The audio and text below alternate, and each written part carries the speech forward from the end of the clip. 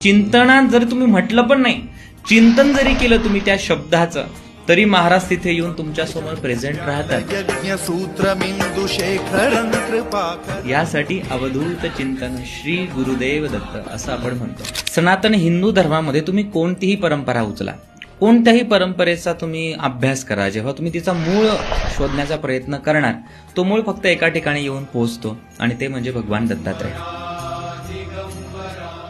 दत्त ही कोणती एक व्यक्ती नसून ते चैतन्य आहे आणि ते आजही प्रेझेंट आहे.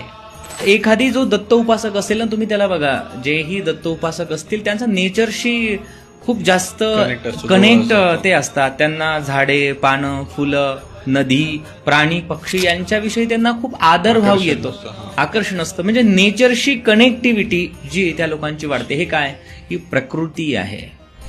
तर महाराजांची जर उपासना आपल्याला करायची असेल तर ती कशा पद्धतीने केली जाते, कुठले मंत्र म्हटले जातात किंवा काय? त्यावेळी मला कळलं की असं एक तत्व आहे या अख्ख्या ब्रह्मांडामध्ये की जेव्हा तुम्ही त्या तत्वाचं स्मरण करता, ते तत्व तुम्हाला प्रत्येक वेळी मदत करतं. आणि जर समजा एखाद्याला दर्शन घ्यायचं असलं समजा दत्तगुरूंचं, तर असे कुठले मंदिरांचे स्थळ आहेत जसे परिक्रमा आपण म्हणू शकतो, बरोबर, करायची असेल तर कोणते कोणते?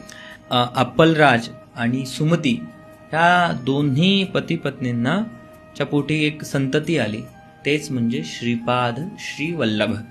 दत्त संप्रदायामध्ये गुरुचरित्राला अनन्य साधारण महत्व आहे. जीवनाचं सगळं भोग, जीवनातल्या सगळ्या समस्या, एक एक अध्यायाचं एक एक फल.